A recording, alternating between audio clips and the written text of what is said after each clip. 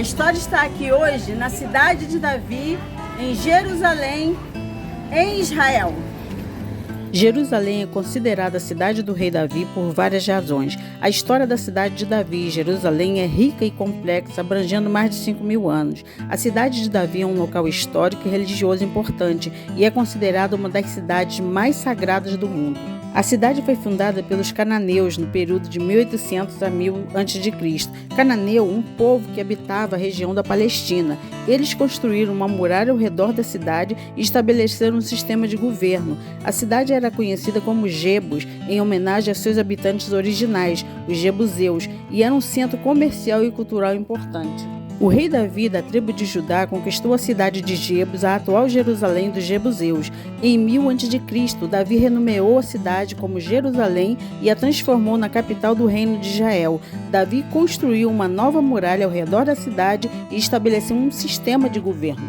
Jerusalém se tornou a capital do reino de Israel sob o reinado de Davi. A cidade foi o centro político, religioso e cultural do reino. A parte antiga da cidade de Jerusalém é conhecida como a cidade de Davi. Essa área é onde Davi construiu sua capital e onde ele foi enterrado. O filho de Davi, Salomão, sucedeu-o como rei e construiu o Templo de Salomão em Jerusalém, período de Salomão 970 a 930 a.C. O templo se tornou o centro da adoração judaica e um símbolo da presença de Deus entre os judeus. Salomão também construiu uma nova muralha ao redor da cidade e estabeleceu um sistema de governo. Após a morte de Salomão, o reino de Israel se dividiu em dois reinos: o reino do sul, conhecido como o reino de Judá, e o reino do norte, conhecido como o reino de Israel, 930 a 586 a.C. Jerusalém continuou a ser a capital do reino de Judá. Durante esse período, a cidade foi atacada várias vezes pelos reinos vizinhos. O Império Babilônico, 586 a.C., liderado por Nabucodonosor II, conquistou Jerusalém e destruiu o Templo de Salomão. Muitos judeus foram exilados para a Babilônia. Após a conquista da Babilônia pelos persas, 539 a 332 a.C., o rei Ciro II permitiu que os judeus retornassem a Jerusalém e reconstruíssem o templo. A cidade foi reconstruída e o templo foi restaurado. Após a conquista da Pérsia por Alexandre o Grande, Jerusalém foi influenciada pela cultura grega. No período helenístico, 332 a 63 a.C., o templo foi reconstruído e a cidade se tornou um centro de comércio e cultura. No período romano, 63 a.C. a 324 d.C., a cidade foi conquistada pelos romanos e se tornou um centro de administração romana. O templo foi destruído novamente em 70 d.C. pelo general romano Tito.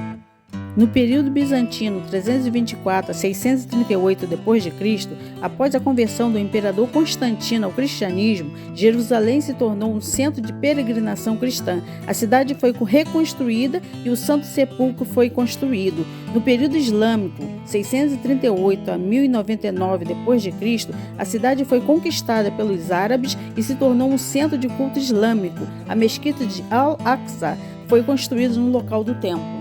No período cruzado 1099 a 1187 d.C., a cidade foi conquistada pelos cruzados e se tornou um centro de poder cristão. A cidade foi reconstruída e o Santo Sepulcro foi restaurado. No período mameluco, 1267 a 1517 d.C., a cidade foi conquistada pelos mamelucos e se tornou um centro de comércio e cultura. No período otomano, 1517 a 1917 d.C., a cidade foi conquistada pelos otomanos e se tornou um centro de administração otomana.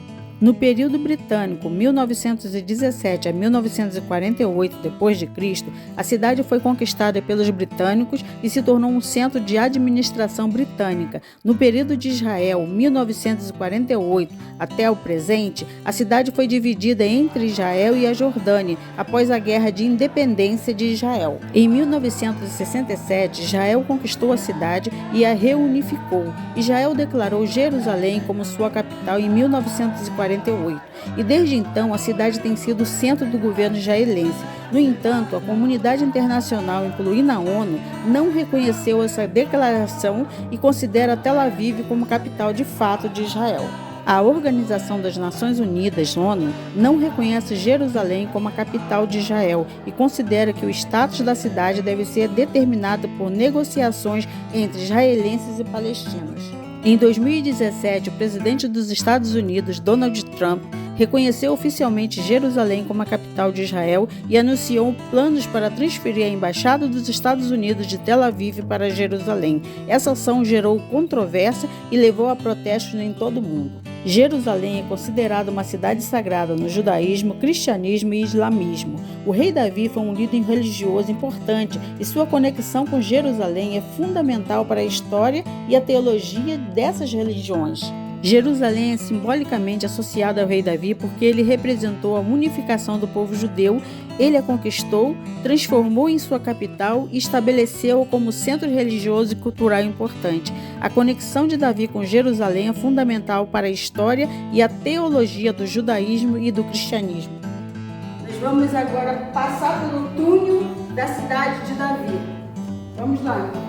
Os túneis de Ezequias, de Siloé e o túnel de Davi foram construídos em diferentes períodos da história de Jerusalém. O túnel de Ezequias foi construído por volta de 701 a.C., durante o reinado do rei Ezequias. O túnel de Siloé, também conhecido como o túnel de Ezequias, foi construído no século 8 a.C. O túnel de Davi, ou canal médio da Idade do Bronze, foi construído durante a Idade do Bronze por volta de 1800 a.C.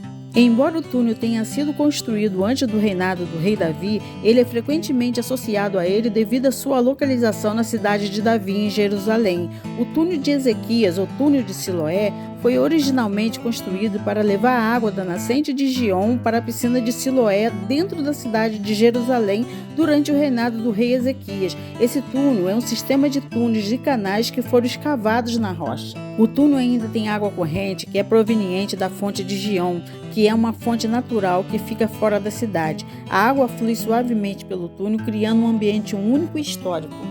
Os túneis de água permitiam que a água fosse transportada da fonte de Gion, que fica fora da cidade, para dentro da cidade, garantindo o abastecimento de água para os habitantes. Também serviam como uma forma de defesa da cidade, pois permitiam que os habitantes acessassem a água sem ter que sair da cidade. A parte do túnel que os turistas podem visitar é uma seção de cerca de 500 metros de comprimento que foi restaurada e aberta ao público. Os turistas podem caminhar pelo túnel, que é iluminado e tem uma altura de cerca de 1,5 metros. A visita ao túnel de Ezequias é uma experiência incrível. Os turistas podem aprender sobre a história do túnel e da cidade de Jerusalém e também podem apreciar a engenharia e a arquitetura da época. Os túneis de Ezequias, Siloé e o túnel de Davi estão interligados e formam um sistema de drenagem que conecta diferentes partes da cidade de Jerusalém. A interligação desses túneis e canais é um testemunho da engenharia e da habilidade dos antigos construtores de Jerusalém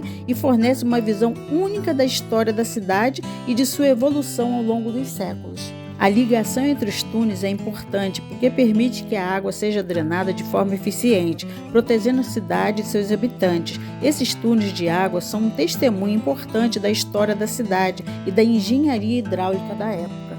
A piscina de Siloé é um local histórico e arqueológico e é mencionado na Bíblia. A piscina foi construída durante o período do Segundo Templo e foi usada para rituais de purificação. Já o canal médio da Idade do Bronze, chamado Túnel de Davi, e o Túnel de Ezequias tinham funções diferentes originalmente. O canal médio da Idade do Bronze era um sistema de drenagem, enquanto o Túnel de Ezequias era um sistema de abastecimento de água. Com o passar dos séculos, o sistema de túneis da água da cidade de Davi foi abandonado e substituído por outros sistemas de abastecimento de água. Hoje em dia, a cidade de Jerusalém é abastecida por um sistema moderno de abastecimento de água que não depende mais dos túneis antigos.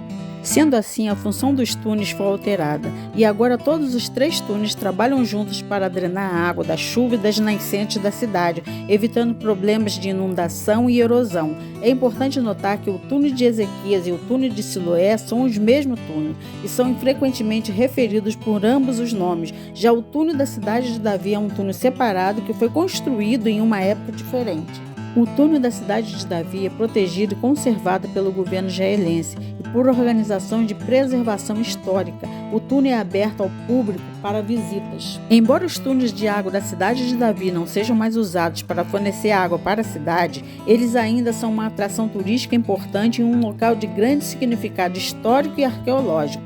Os túneis são preservados e protegidos como parte do Patrimônio Mundial da Unesco. Nos últimos anos, os túneis de água da cidade de Davi foram restaurados e conservados para garantir sua estabilidade e segurança. Isso inclui a limpeza dos túneis, a reparação de danos estruturais e a instalação de iluminação e sistemas de segurança. A Praça de Observação Byron Gerson é um local popular para turistas e fotógrafos e é especialmente bonito durante o pôr do sol. Além disso, a praça também oferece informações sobre a história e a arqueologia de Jerusalém. A praça, conhecida por suas vistas panorâmicas da cidade, é um local popular. Recebeu o nome de Byron Gerson, filantropo judeu-americano que contribuiu significativamente para o desenvolvimento de Jerusalém. Também é um sítio arqueológico importante. O local é conhecido por suas ruínas antigas que datam da época do Segundo Templo, 516 a.C. a 70 d.C. A praça está conectada ao túnel de água da cidade de Davi. O túnel passa por debaixo da praça e é possível visitar o túnel a partir da praça. É um local importante para entender a história de Jerusalém, especialmente durante o período do Segundo Templo. As ruínas antigas encontradas no local fornecem uma visão única da vida cotidiana e da arquitetura da época. Os muros da cidade de Jerusalém e do Templo do Rei Davi são extremamente importantes para a história de Israel e do povo judeu. Eles representam a época em que Jerusalém se tornou a capital do Reino de Israel e são um testemunho da presença israelita na cidade. Os muros que rodeiam a praça são de fato os restos dos muros da cidade de Jerusalém do Templo do Rei Davi, por volta de 1000 a.C. Esses muros são uma das estruturas mais antigas e históricas de Jerusalém. O guindaste de Herodes é um antigo guindaste que foi construído durante o reinado de Herodes o Grande, 37 a.C. a 4 a.C., para ajudar na construção do segundo templo de Jerusalém.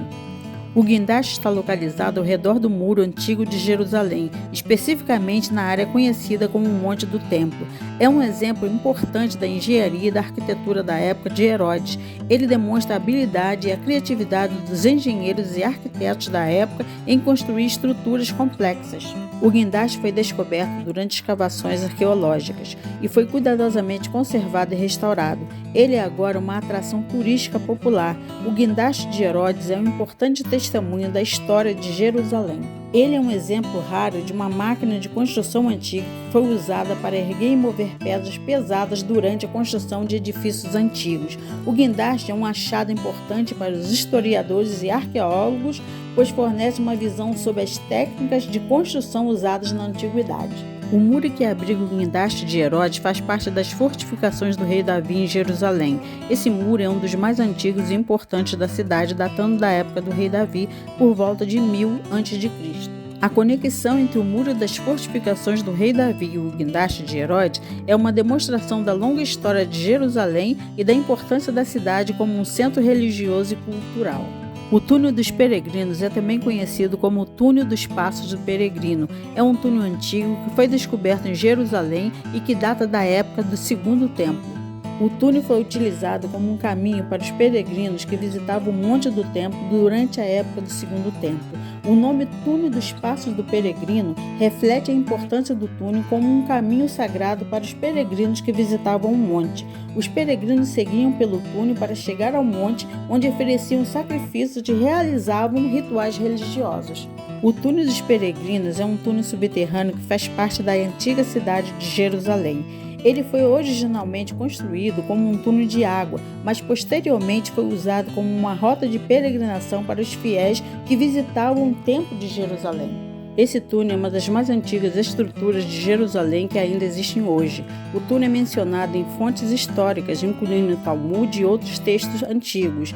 O Túnel dos Peregrinos está conectado ao túnel de Ezequias. A piscina cananita é um local histórico e arqueológico que está localizado dentro do Túnel dos Peregrinos. A piscina é uma estrutura antiga que data da época cananita por volta de 1800 a.C., o que sugere que a piscina foi construída antes do túnel. A piscina pode ter sido usada como uma fonte de água para a cidade de Jerusalém e o túnel pode ter sido construído posteriormente para abastecer a cidade com água.